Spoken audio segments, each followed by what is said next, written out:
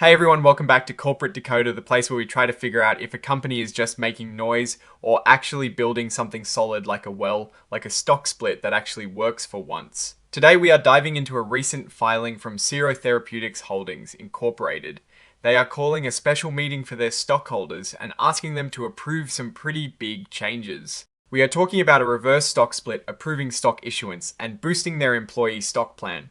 Let's see if these moves are a signal of good things to come or just a company trying to check boxes to stay listed. And hey, if you are someone who likes to know what is really going on behind the corporate jargon, make sure you join our Discord community. The link is in the description below. So first, a quick overview. This is a preliminary proxy statement, meaning things are still being finalized, but the core proposals are on the table.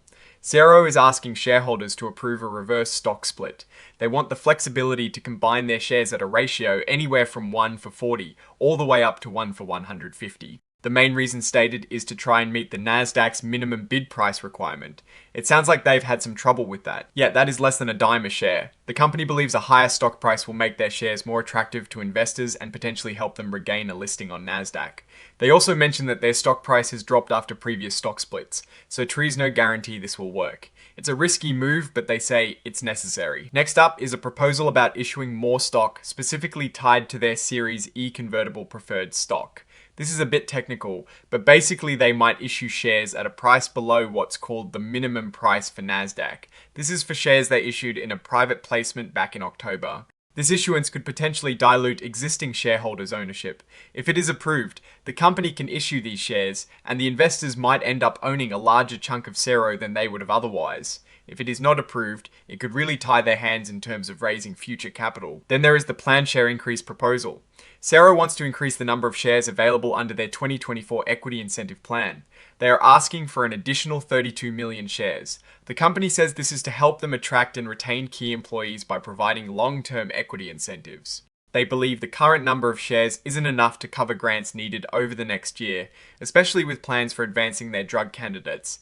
This is a pretty standard move for growing biotech companies, but the sheer number of shares requested, especially after other amendments, is something to watch. Finally, they are asking for the option to adjourn the meeting if there aren't enough votes to pass proposals 1, 2, or 3.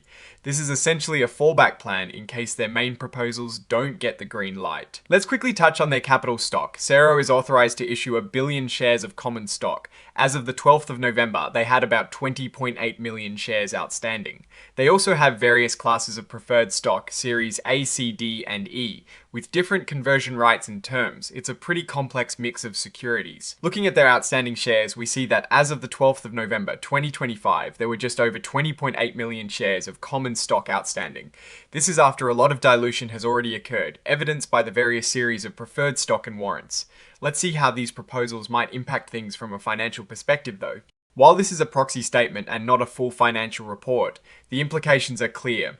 A reverse stock split is often a sign of distress, trying to prop up a low stock price. The proposed stock issuance, while potentially necessary for funding, will further dilute existing shareholders. The increase in their equity plan shares means more potential dilution down the line, but that's expected in a growth company. Looking at who owns what, it seems the insiders, their directors and executive officers, hold a very small percentage of the total outstanding shares directly. For example, Chris Ehrlich, the CEO, beneficially owns a tiny fraction of a percent of the company's outstanding stock, with some additional shares tied up in options and his spouse's holdings. Brian Atwood holds a bit more, but still a very small percentage overall. This often means that if the company is to raise significant capital, existing shareholders, including these insiders, might see their ownership stake shrink considerably. In terms of related party transactions, we see a few things. There was a collaboration agreement with an investor that has since terminated, and then some PIPE financings. For instance, in February of 2024, they issued series of preferred stock. Daniel Corey, a former executive, bought some shares, as did the Atwood. Edminster Trust, where Brian Atwood is a trustee.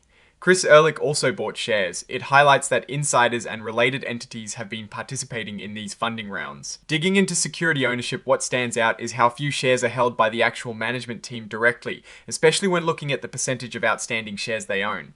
For instance, Chris Ehrlich holds a very small number of shares directly, with options and his spouse's shares making up his total beneficial ownership. This lack of significant direct ownership by leadership is often a red flag. suggesting that their incentives might be more closely tied to the stock price fluctuating due to corporate actions rather than a long-term growth. So, what is our take on all this? Cero Therapeutics is clearly in a tough spot. They are battling to stay listed on NASDAQ and are looking at significant corporate actions like a reverse stock split, which is often a last resort. The proposed stock issuance and the increased equity plan are necessary for survival and growth, but they come with the cost of more dilution for existing shareholders. The limited direct ownership by leadership is a concern, and the complex capital structure with multiple preferred stock series and warrants adds another layer of risk. This filing is about survival and trying to create a path forward, but it's a heavily indebted path with a lot of dilution ahead. The company needs these proposals to pass to continue trying to develop their drug candidates, but shareholders need to be aware of the significant risks involved. Alright, that is our deep dive into Cero Therapeutics' latest proxy. What do you think of these proposals and the company's strategy? Let us know in the comments. If this analysis was helpful, please smash that like button and subscribe for more. And don't forget to check out our growing community on Discord. Thanks for watching. See you next time.